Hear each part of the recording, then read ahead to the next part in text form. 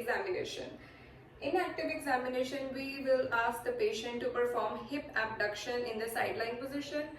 Why so? Because जो lower cross syndrome में patients होते हैं वो hip abduction के साथ external leg rotation भी perform करते हैं. Along with that, there will be hip flexion because the hip flexors are tight. So there will be increased hip flexion. So जब भी hip abduction की movement होती है वो अकेले नहीं होती है, उसके साथ external leg rotation होती है and there will be hip flexion. So we have to check that. Okay. And along with that, we will ask the patient to perform the trunk curl up. Okay. So here is the image for the trunk curl up. We will ask the patient to perform that so that we can identify that if the core muscles are functioning properly or not. Along with that, we can see that integrated relationship between the iliopsoas and the core muscles. So this will help in examination of that. After the active examination comes the core stability test. Okay, because the core muscles, the deep abdominals, they are weak. So because of that, we have to check for the core stability.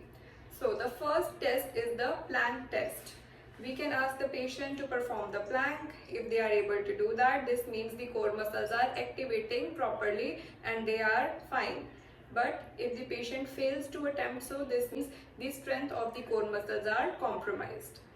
Okay. And then is the single leg bridge test. This, along with the abdominals, involves the strength from glutes. So if the patient is not able to perform the single leg bridge test, this means there is weakness of glutes as well as the deep core muscles. So by these two tests, we can able to check if the core muscles are properly working or not. After the core stability test, we are coming to the fifth test of the assessment part, and it is the functional movement screening.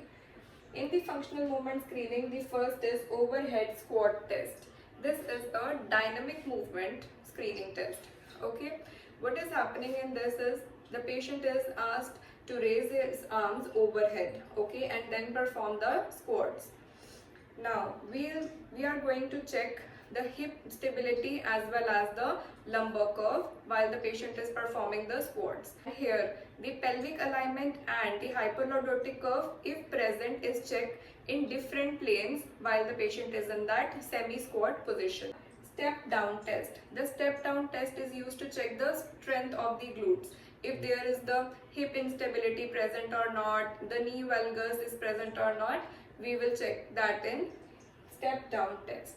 I hope these 5 tests must be clear to you now and they will